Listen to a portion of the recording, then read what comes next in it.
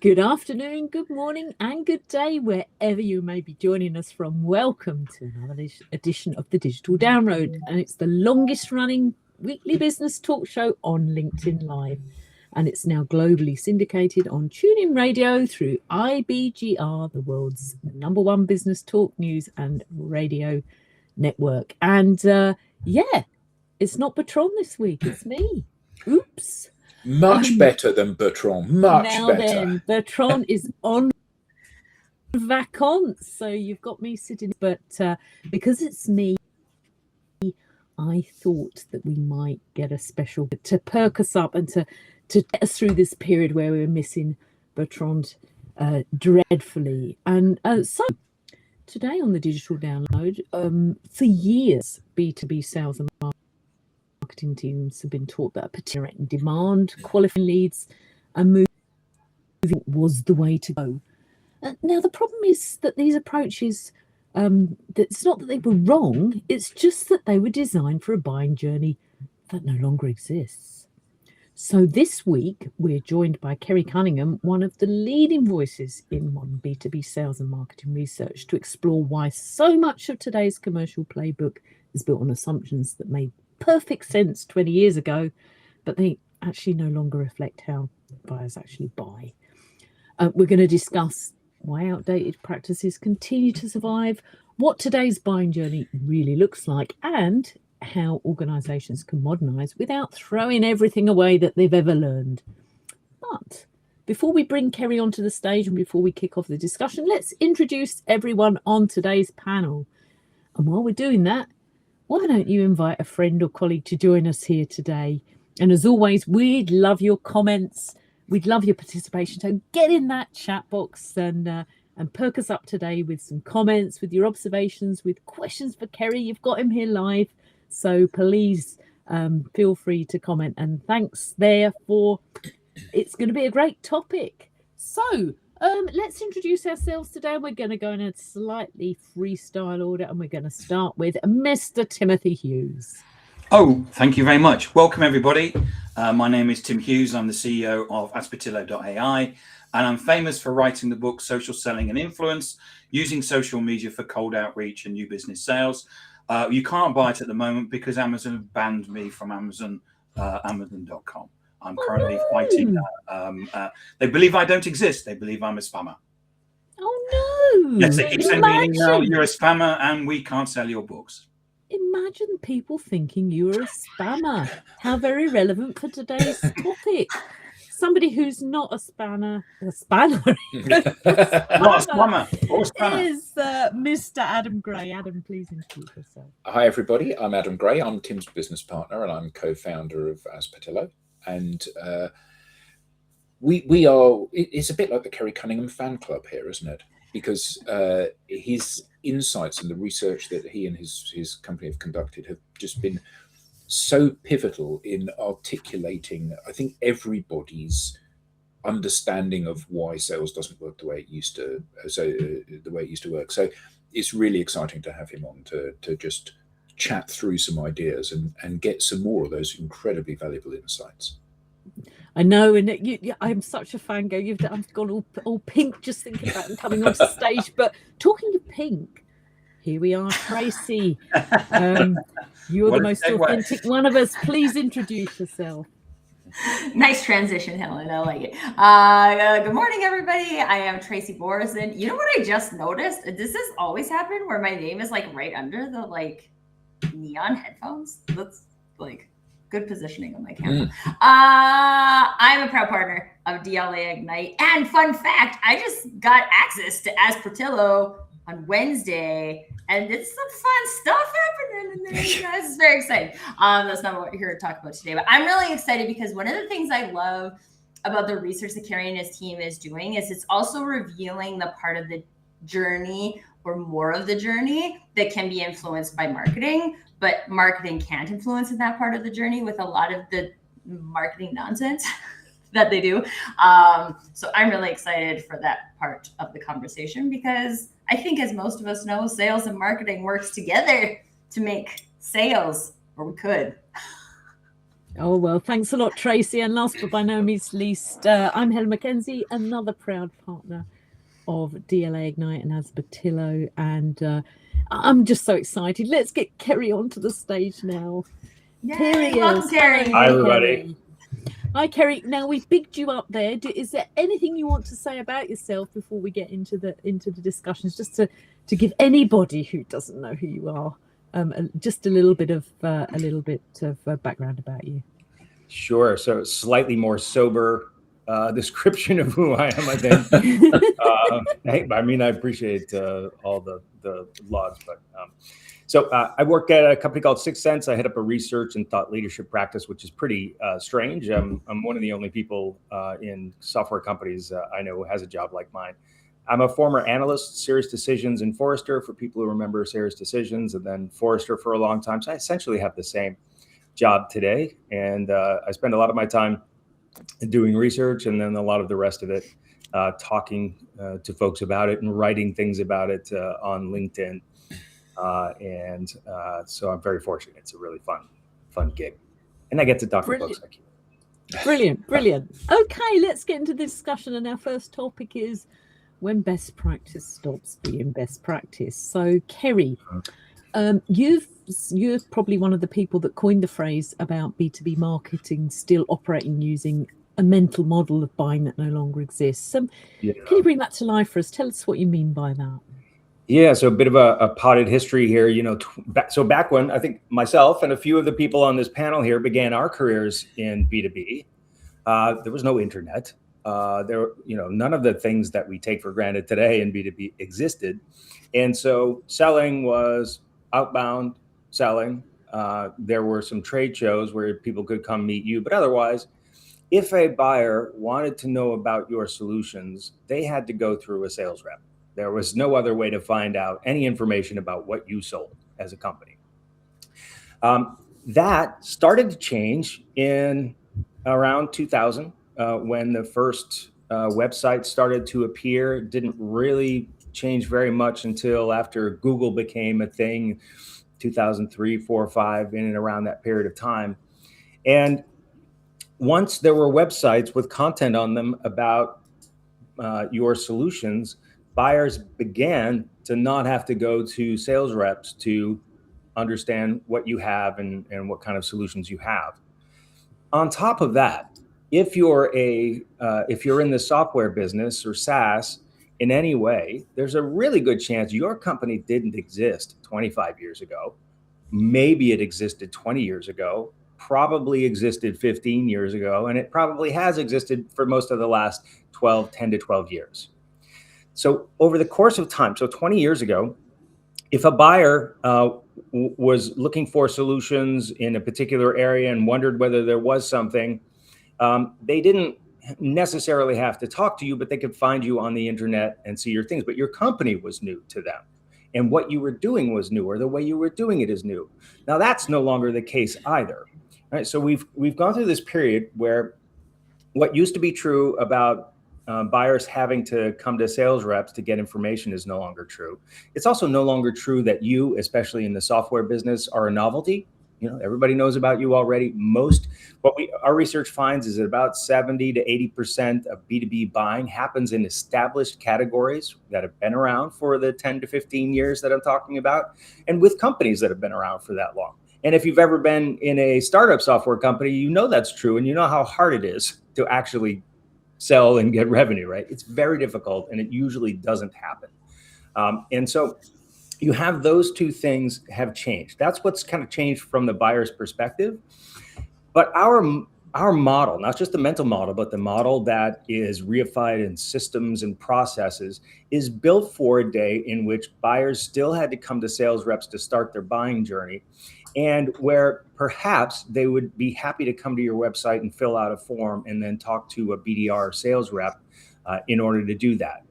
And so the whole marketing qualified lead based processes are based on this idea that buyers start their buying process when they engage with a sales rep or a BDR or somebody like that. And all of our top of funnel language, middle of funnel language is all built around this idea that it starts when buyer and seller connect. But what the research shows is that it's almost over when buyer and seller connect now. That buyers, on average, the average B2B buying journey now is about 10 to 11 months. Buyers say they first engage with sellers around month 6 or so.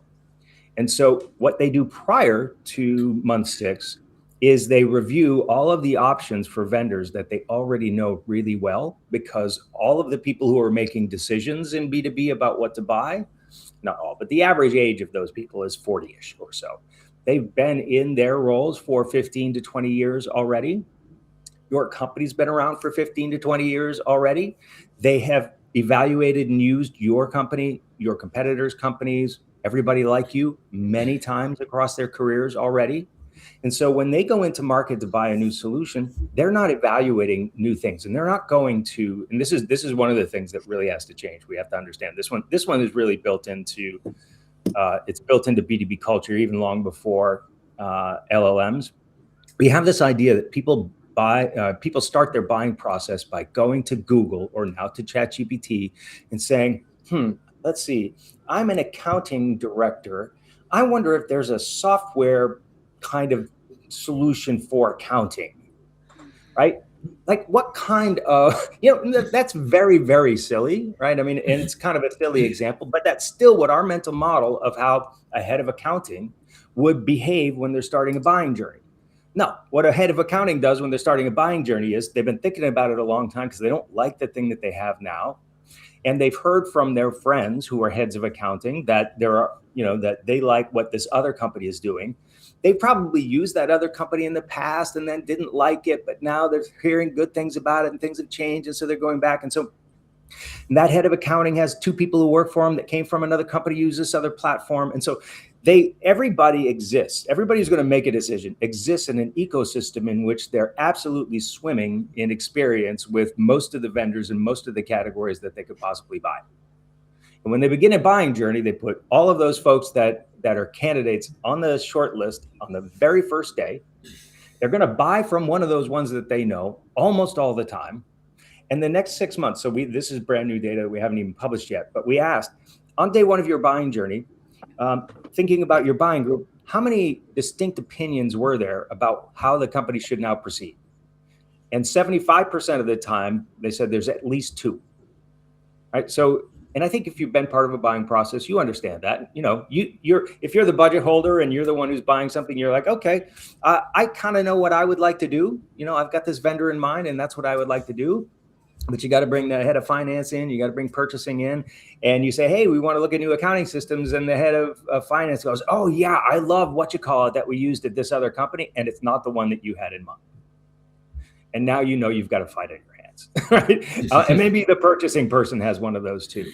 The buying journey is about that.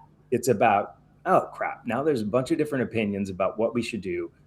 It's my budget, it's my department. I want to be able to do what I want to do, but I've got to get it through these other folks.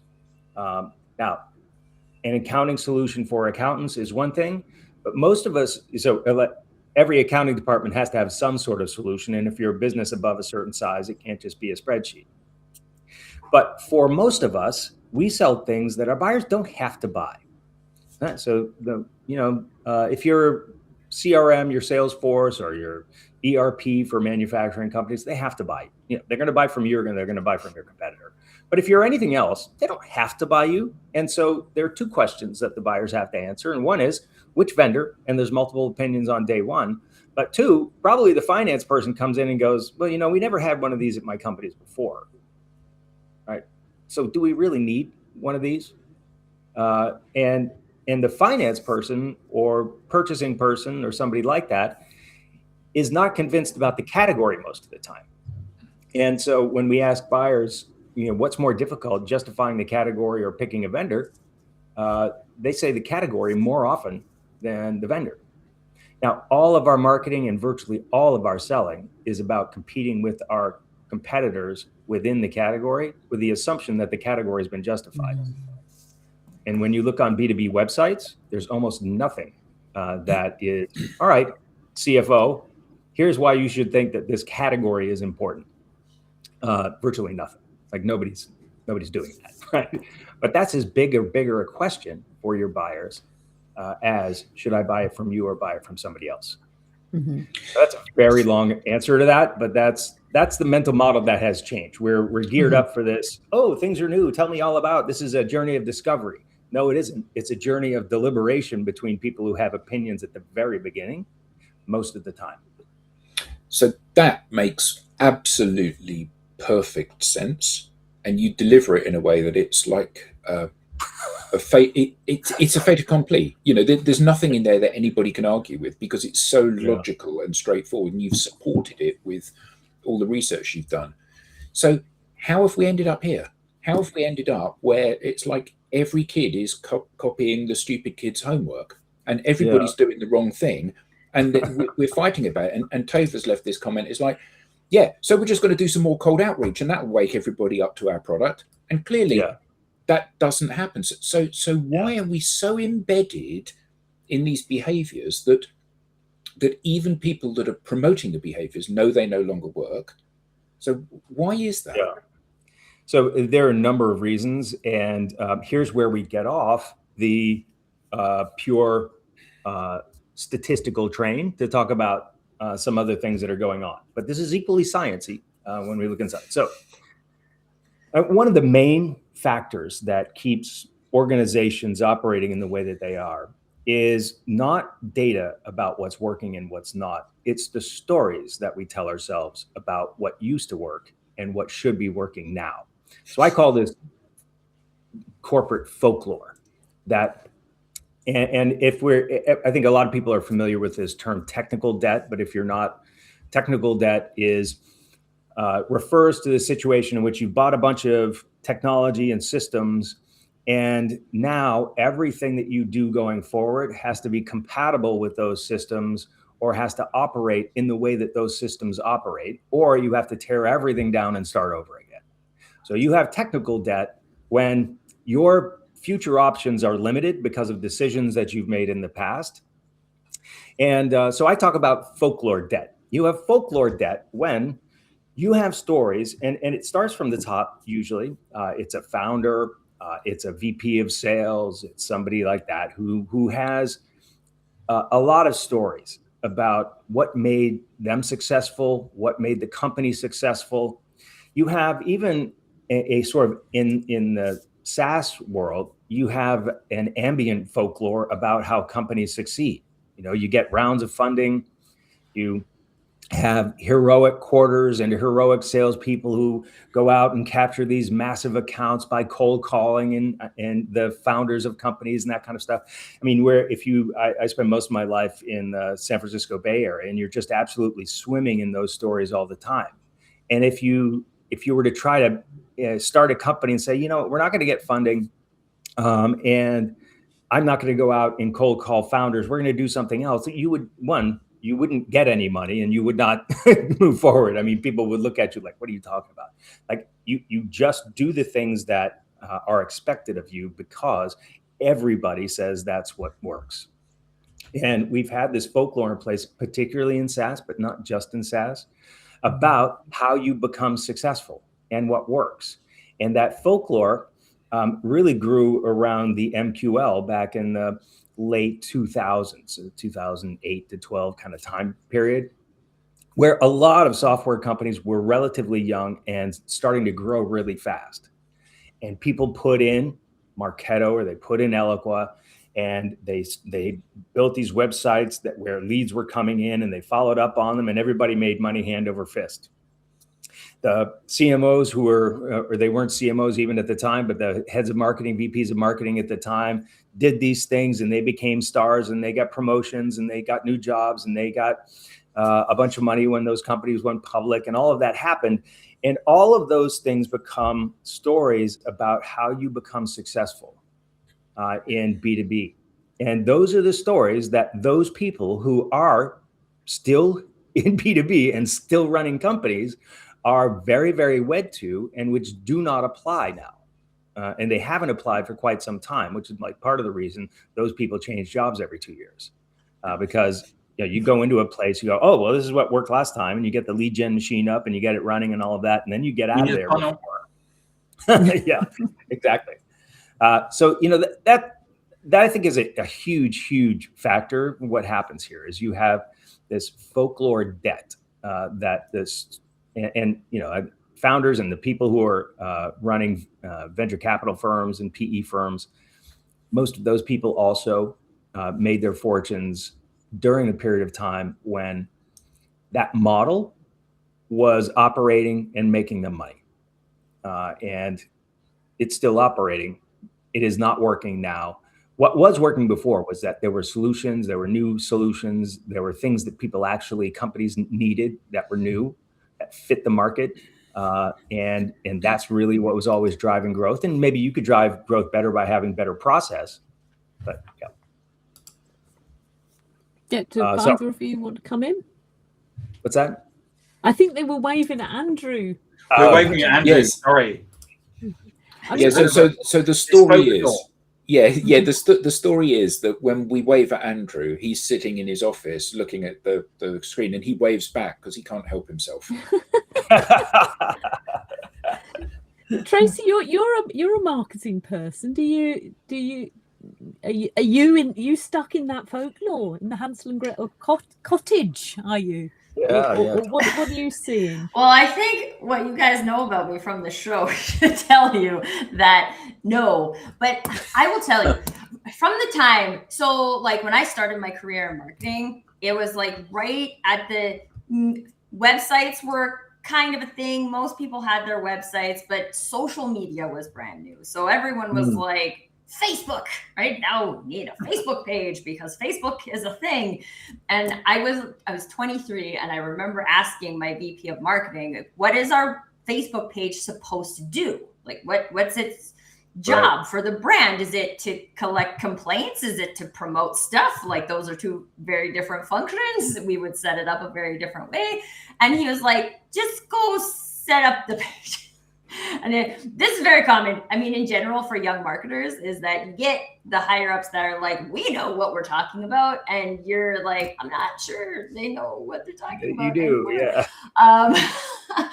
And it's something that's really interesting to me. Like, just like Adam said, all of these things that Kerry is sharing, I don't think anybody's mind is like blown that this is how B2B is working, because this is how we are buying. If we put ourselves into the buying shoes, this is how we do it. It's very clear. And the thing that's always really confusing to me is that it's so clear from a buying point of view, what is the struggle in extrapolating that onto the sales side? So I'd love to hear what you think about that, Kerry.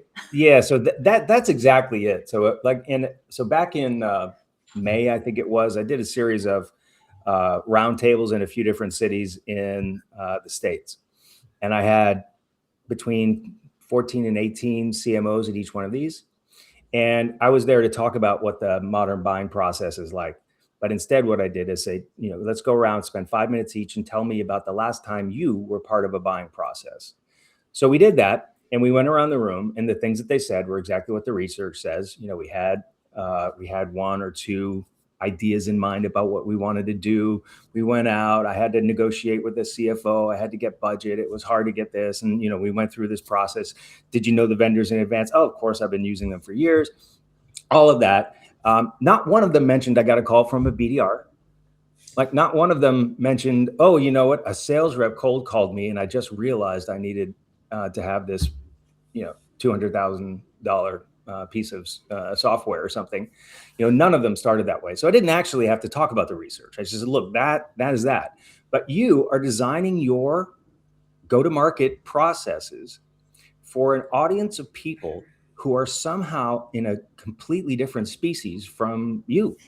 Like your goals depend on people doing things that you would never in a million years do. So like one of those things is fill in a form and then respond. So everybody's demand gen at still today really depends on somebody coming to your website and for one reason or another filling in a form and then responding when somebody calls them. So in our latest research, not even published yet, we asked people, did you do anything to hide or obscure your identity when you were researching your solutions? And I'll just give you the number that didn't, and that's 32.5% said that they did not do anything to hide their identity. Everybody else obscured who they were somehow or another, or had somebody else do it for them. So that's why your leads suck. The good old Mickey Mouse at Disney.com email. Correct. Yeah. Yep. Yeah. But like everybody's had this for years. No, like I have my like work email address. I have my personal email address. Sometimes I'll sign up for things on my personal email address if it's actually something I'm like a brand that I'm like really into, all because of another experience, not because of a form on their website. And then I have the old email address that I set up when I was like in high school or whatever. Yeah. And I'm like, I'll use this to sign up for forms because it will never go. I will never check it in any kind of meaningful way. So I can ignore it. Yeah, that's exactly right. So like the question about why do marketers still do this? I think a lot of it comes down to the weight of that folklore debt. Like the way that you build marketing programs and you do things. And it's actually, there's technical debt there too. Like these are the systems that we have to operate with. I've got systems that produce and follow up on leads. Okay, so that's what I can do, right? That's kind of what it is. And if you go to the CEO and say, I need a ton of budget, I'm not going to produce any leads at all. That's not what we're going to do. We're going to equip our sellers to be very active on social, to develop skills to allow them to engage people in the accounts that they're talking about and to become part of their communities. That's really going to be important. That'll pay off down the line a little bit. And then, instead of forms, we're just going to open everything up. We're going to give the content away. We're going to get some people in here. We're going to produce some actual content that buyers actually want and find interesting. And we're going to become a destination for people. That's going to take a little while to pay off. And then you could say like maybe get through two of those things before you get kicked out of the office, right? You're not going to be allowed to go do that. If you just go in and say, I think I've got this, I use this kick-ass MQL production conversion process when I was at my last job. We talked about that in the hiring process. So I'm a revenue marketer and I'm going to produce revenue and off we go. No question asked. Here comes the money. You go do it. And then we'll talk about why it doesn't work later on. So how do we, I'm interested in this because it feels like there's a need for a pattern disruption, but actually it feels really risky to do something else. And yeah. When you think about this being a different way of thinking about the world, who are going to be it takes some brave CMOs who are comfortable in their own position to actually try and disrupt that. Have you seen anybody do that, Kerry? Is there anybody, you don't have to necessarily name the companies, but is there anybody that's managed to do that? And how have they actually persuaded their CRO or their CEO to back them? Yeah. Well, the numbers are small. So I've been talking about like this exact same stuff for about 9 years now, since 2017, back in Serious Decisions. And so I know that my friends at Forrester, which bought Serious Decisions, have some really large companies, 3-letter kind of companies that are making these transitions at scale. And I obviously know of a bunch. And the reason I moved from an analyst firm to Sixth Sense is because Sixth Sense makes a platform that helps do the things that you need to do differently. But it's very heavy slogging because you're still running uphill against the expectations, the stories in the CEO's mind about how this works. And so it is difficult. But what you have to be able to do is you have to be able to, and this is why we do the research and publish the research and don't put forms in front of it. And why I'm very happy to talk to people who are not prospects or customers and audiences that are safe, because we publish the research to say, this is what B2B buying actually looks like. This is how it works. That's step one. Step two in any organization is now you have to go do essentially that same research, but in your company, right? For your company. What does it look like when our buyers are buying? It won't look exactly like the broader research, but it's going to end up looking a lot like it because it doesn't change that much no matter where you are. There's a long period where buyers don't talk to sellers. There's a long period that your buyers probably are already very experienced on day one. They probably already used a bunch of different competitors. They probably already used you. All of those things are going to be true of your buyers in one sense or another. And you need to take the broader research and then layer on top of it. Here's what I know about our buyers specifically. This is what we're operating against. That's the substrate that our marketing has to operate on and our sales reps have to operate on. So does it make sense, given what we know, to run the process and the machine that we have right now? And the answer will come back, no, it doesn't. Right? I mean, that, and I've seen and heard that many, many times. But then the process of changing is still very difficult. And that's why I started talking about things like folklore debt, because it really, really does. That kind of the narratives get in the way of being able to change something. The VP of sales will come in and say, yeah, but last quarter, we cold called this company. We got this great deal and it saved our ass. So you can't tell me that it doesn't work. Okay, no, I can tell you that worked. That thing worked that you did, but you're going to scale that? How's that going to scale? How many absolute superheroes do you have? Oh, I have 175 superheroes. But the thing is that's luck, isn't it? Correct. You can't build a company on luck. You have to have. You can only build a company on something that you can scale. Right, and that's the thing that. So those are the things that you're continually fighting against, and then you have to have. If you're going to say, all right, we know now that our buyers are out in market. They're evaluating us, but they're doing it in silence. They're not responding to us. They're not filling out our forms. Then you have to be able to say, okay, well, we need to know when that's happening so that we can efficiently and effectively communicate with those people, even if they're not communicating back, right? And that's why I think social is so important, because there they are, there they are to be influenced, and also for you to understand what they're interested in and what kinds of things might influence them. But then you also have to be able to say, one of the things that sent me down this path about 9 years ago was the realization that one, nobody fills in forms, and virtually all of the result of your marketing will end up being anonymous traffic on your website. If your marketing works, what you will get is a lot of anonymous traffic on your website, and there's nothing that you can do to change that. That we broke that a long time ago, and it ain't going to get fixed. People are not going to fill out your forms. So you have to be able to understand what companies your anonymous visitors are coming from and what they're interested in. And that's 100% doable everywhere in the world, except maybe Japan.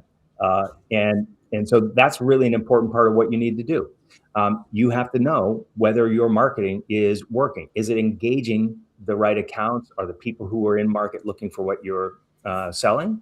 Okay, once you know that, now you can start to have campaigns and programs that actually operate effectively within the part of your audience that's in market, where you have a chance of producing some revenue at some point in time in the near future.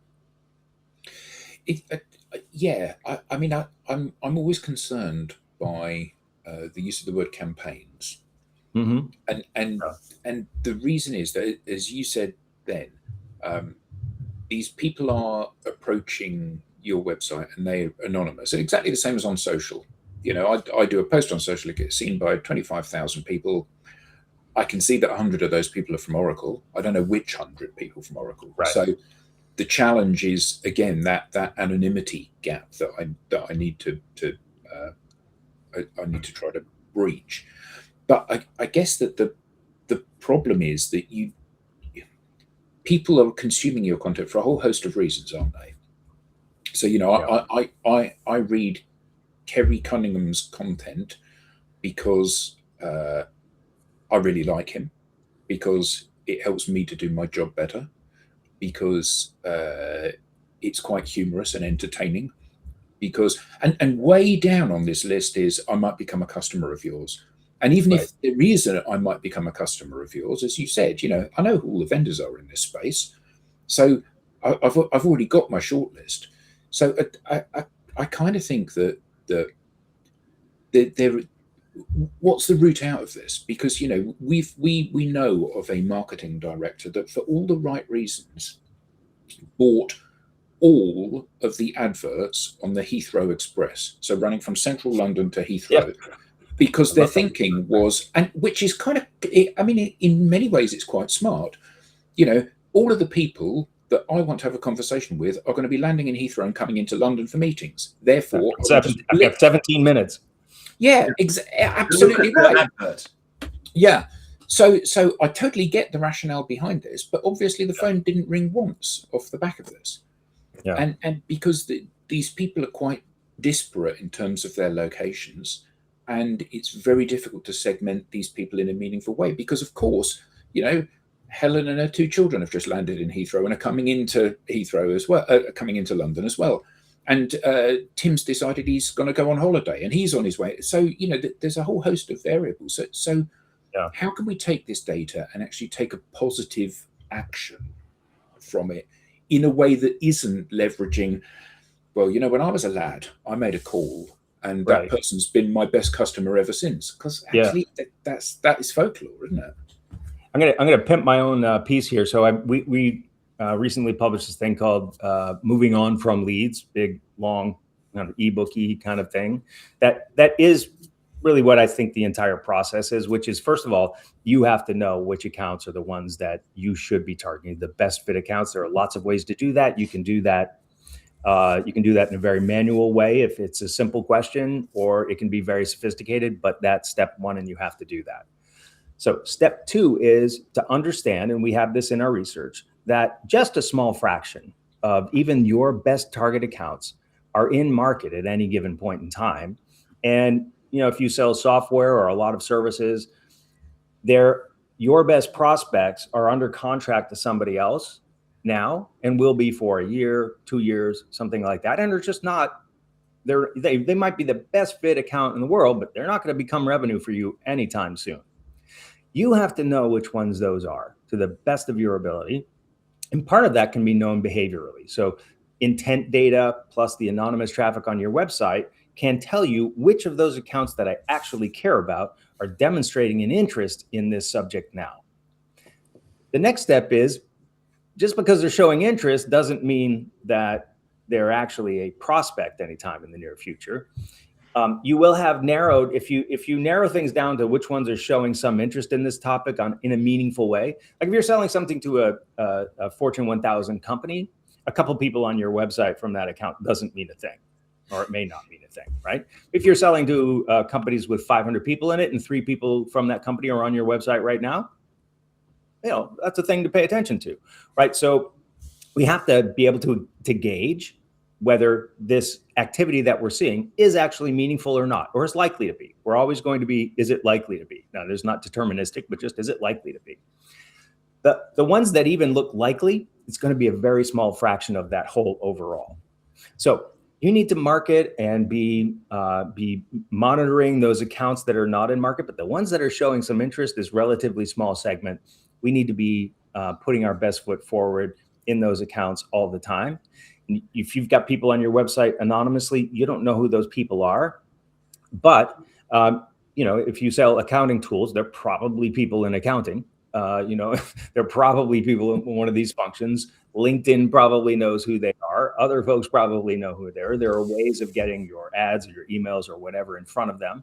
There's social, you know, as a tool to get in front of them as well and understand what they're interested in. So there are a lot of ways to start to influence what is, influence the part of your audience that might be in market now. You know, and then not here to sell 6 Sense, but that's actually what 6 Sense does, is build predictive models of what that looks like. To me, that's the ideal state, is I'm looking at all of that behavior and I have a predictive model that tells me, here's an account, it's one that you care about. They're making noises about being interested in the solution, but they've only been making those noises for about a month, and this is a 12-month buying cycle for them. So you'll want to spend some money and some resource in getting yourself in front of them. But if you send sellers out to them right now, those sellers are not going to get meetings. Now, it doesn't mean that the seller shouldn't try to. It doesn't mean that at all. I mean, you know, if the sellers know people, if they're connected to people on LinkedIn or whatever, they absolutely should be starting to ingratiate themselves if the seller's got content and events and things that those people would be interested in, they should absolutely be starting to deliver some value to those people.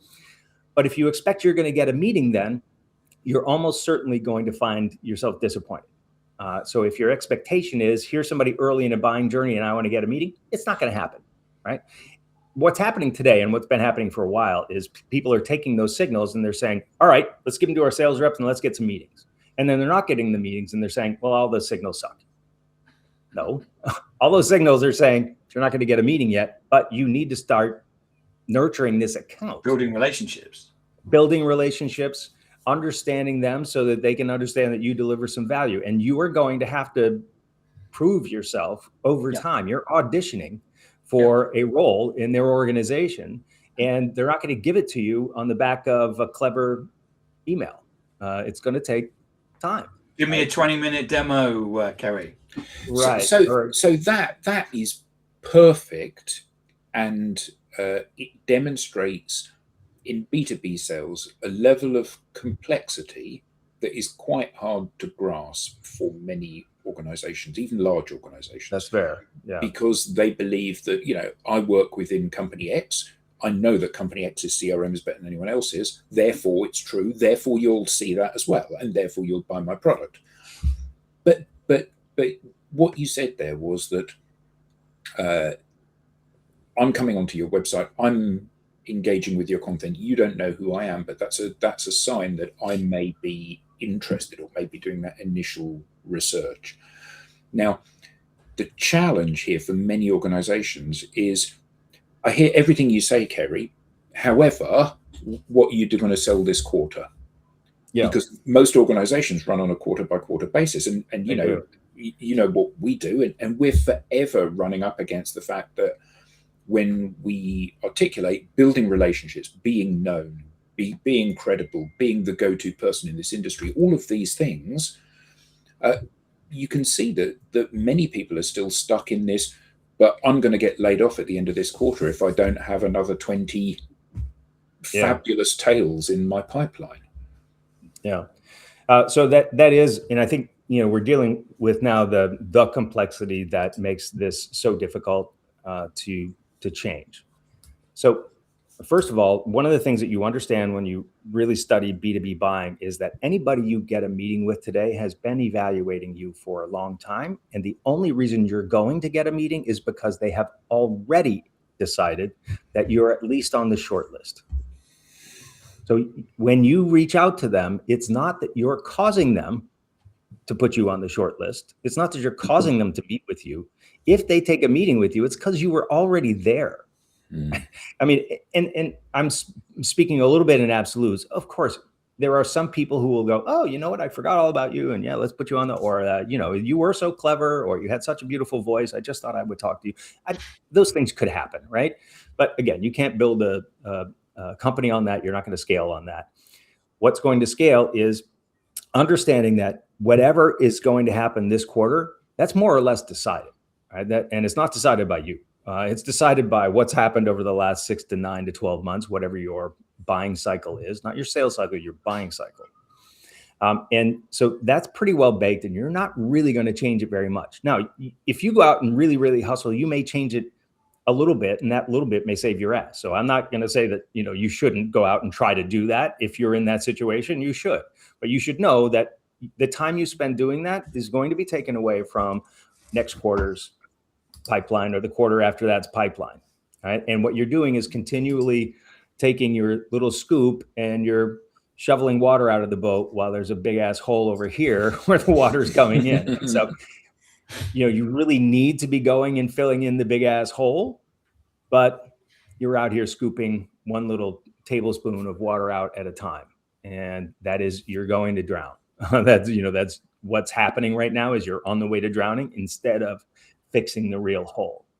The real hole is, I got to get on the day one short list. And I have to ask, in my industry, in my segment, in our region, are we likely to be on the short list for all of the accounts that we think are the right accounts? Like, if they go into market tomorrow, are they already going to put us on the short list?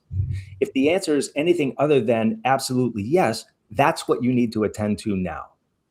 Mhm. That's the thing, right? Because if you're not on that short list, if you have 7 competitors in your space, your buyers are going to put 4 or 5 of them on a short list in the beginning of their journey. If you're not one of the 4 or 5, you are not going to get one of those deals. You have to fix that problem. And that is almost more of a brand problem than a demand problem. Your buyers have to think of you all the time.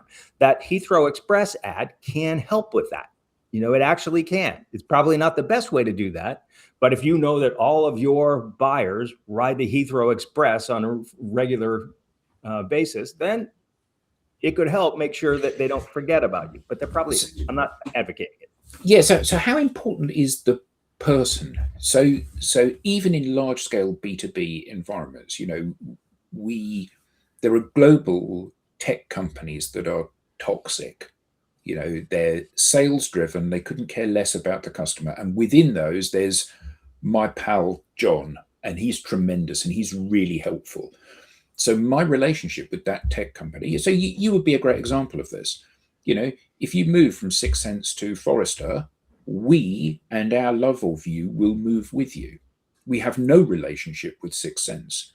Right. And even if 6 Sense is a provider of a valuable service to us, it's highly likely that that service will move with you and we will engage the company that you've moved to because you are the conduit and it is your credibility.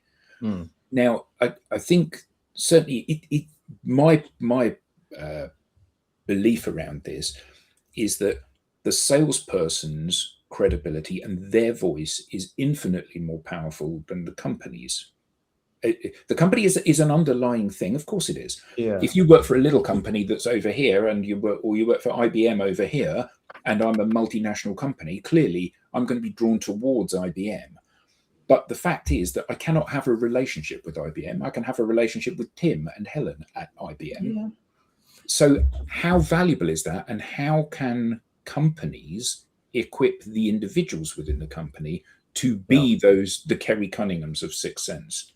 So, I'll push back on what you said a little bit because people will have relationships with a company. And your brand can absolutely inspire people to want to hang out with your company. And so there are a lot of brands. So Apple's the example everybody uses. Yeah. If you, but so I didn't consumer. It is, but if you think back at just the way that this works, I did some research on the nature of how people think about consumer products a while back. This is probably 12 years ago, and we asked people to consider a product and then tell us how owning that either does or would make you feel. And one of the comparisons we did was a Samsung tablet and an Apple iPad. And the iPad scored really high on makes me feel like I belong to something. The Samsung tablet makes you feel like I have a Samsung tablet. That's it, right?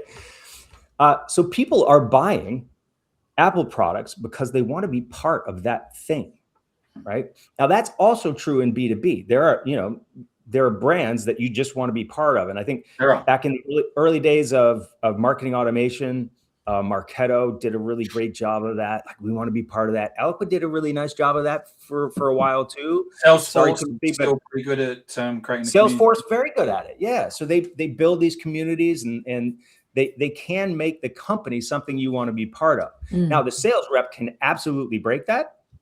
And then the sales rep can absolutely fix or plaster over a situation where who cares about the company? But I like working with this guy. As long as this guy or this girl's here, I'm gonna work with that person. I'm gonna follow them around. So I think when those two things work together, I think you have something very powerful, right? When you have a great brand, you have the people inside that brand who operate in the way that you want them to connect with their customers on a real basis, and you become as a brand a destination for the people that you want to sell to. And I think social is a huge part of that, it can be or should be. One of the things I tell folks all the time is you need to participate authentically in the daily lives of the people that you want to be selling to. Yep. And there aren't an infinite number of ways that you can do that. You're not going to go to their neighborhoods and do bake sales with their kids, right? That's not what we're talking about. But we're talking about finding a way to participate in, provide for a space where they connect with their peers. They learn things that they wouldn't otherwise be able to learn, where they get to do things that they wouldn't otherwise be able to do. You're adding value to the community of professionals, whatever that is that you serve. Right? You can do that as a company, and your sales rep can be the person who either causes that, makes that happen, or prevents it from happening, or makes it that you don't want to. Right? So that's where I would I put that. Okay, Yeah, we're coming to the last 5 minutes. Can I say one more thing? Yeah, well, I was just about to bring you in fact. I was saying Okay. we're coming to the last 5 minutes. So Tracy, you look as if you want to contribute. So in you come. Well, this is just making me feel like this is about design, right? Because again, if we think about our own experiences, like I had a recent one actually where a partner left the company and went to another company. And my immediate question for him was, does it make sense for me to continue partnering with this other company? Because my relationship is with you. And he said yes, which was then the thing that I was like, okay, I'll explore that because I have trust in that relationship. I also have brands that lots of salespeople have come and gone over the years, and I'm still dedicated to the brand. I think when we're looking at this from a sales and marketing perspective, there's an opportunity to design that. Yeah. How do our sales team actually bring people into that? How are we bringing the sales team into, sales reps have such a short turnover time most of the time, right? We get them for 18 months, they don't close anything, so then they're off to somewhere else. We didn't do anything as a business to welcome them in and want them to be a part of something, which means they also don't sell into a part of something, which means there's a higher likelihood that if they leave, then those people are going to go with them. And a lot of times if people are good sellers in a specific industry, in a specific category, they'll stay in that category. Right. So I think it's a really exciting opportunity for marketers, chief revenue officers, CMOs, these kind of the high level brand design people, whoever that is at an organization, say, how do we design this to support this buyer journey, to make sure that we are going on this journey together. And that, sometimes people leave. Sometimes people leave because there's a family scenario, right? They have to move or whatever. But how do we build this so it is sustainable and scalable? I love that. And I have a point that I forgot that is supporting, Adam, what you were saying.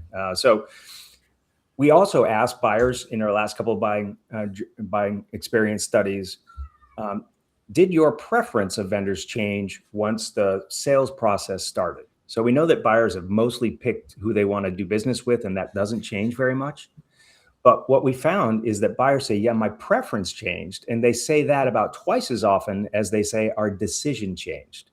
So very often they go through 6 months of their buying process as a group. They finally reach consensus on what they want to do. And then they enter this last part. We call it the validation phase. Validation phase, they only change vendors 20% of the time, but more than 40% of the time they say, yeah, but now I prefer this other brand. We're not gonna change our decision because that was a pain in the ass to get to, but I like this other one now. And that's all the sales rep, right? That's the sales rep and their process. And what that sales rep is doing is building brand equity inside all of these accounts during a process where they lose. And so I think that's one of the things that on the sales side of things, we have to have a longer horizon. The horizon for, the other thing that we looked at, this is getting esoteric, but almost nobody sells a new account the first time they try. That is very rare in a category with multiple competitors, right? You're going to have to go through multiple cycles probably to sell this thing for the first time. And if your sales reps are not, if you have a new sales rep every cycle, that is not going to be helping you, right? So the fact that your sales rep could have a terrible quarter in closed business and a phenomenal quarter in developing champions and future buyers, and we've got to figure out how to weigh those things much more effectively than we do today. because we do not, I just don't see that measured anywhere. And I think it's a huge part of how this whole system works. That's a fantastic note to end on. I was speaking to somebody this week who said he was just closing a deal, and it was the 6th time he'd been in a cycle with that company, and it was all about the relationship that he had with the person he was selling to, that finally he got it over the line. So there you go. Yeah. Brilliant. Okay, well, all that remains for me to do is to thank you once again to Kerry Cunningham for being our special guest. Thank you guys. On the Digital Download today. It's always really fun. It's not often we're all just in awe and listening, but there's been some fantastic nuggets there. My pleasure. For us to take it's always fun with guests. Okay, so just remains for me to remind people watching to subscribe to Digital Download newsletter. There's a QR code there that you can use to access our newsletter for episode reminders, highlights, and for behind the scenes insights. And thank you all very much for joining us, and we'll see you next time. Cheers.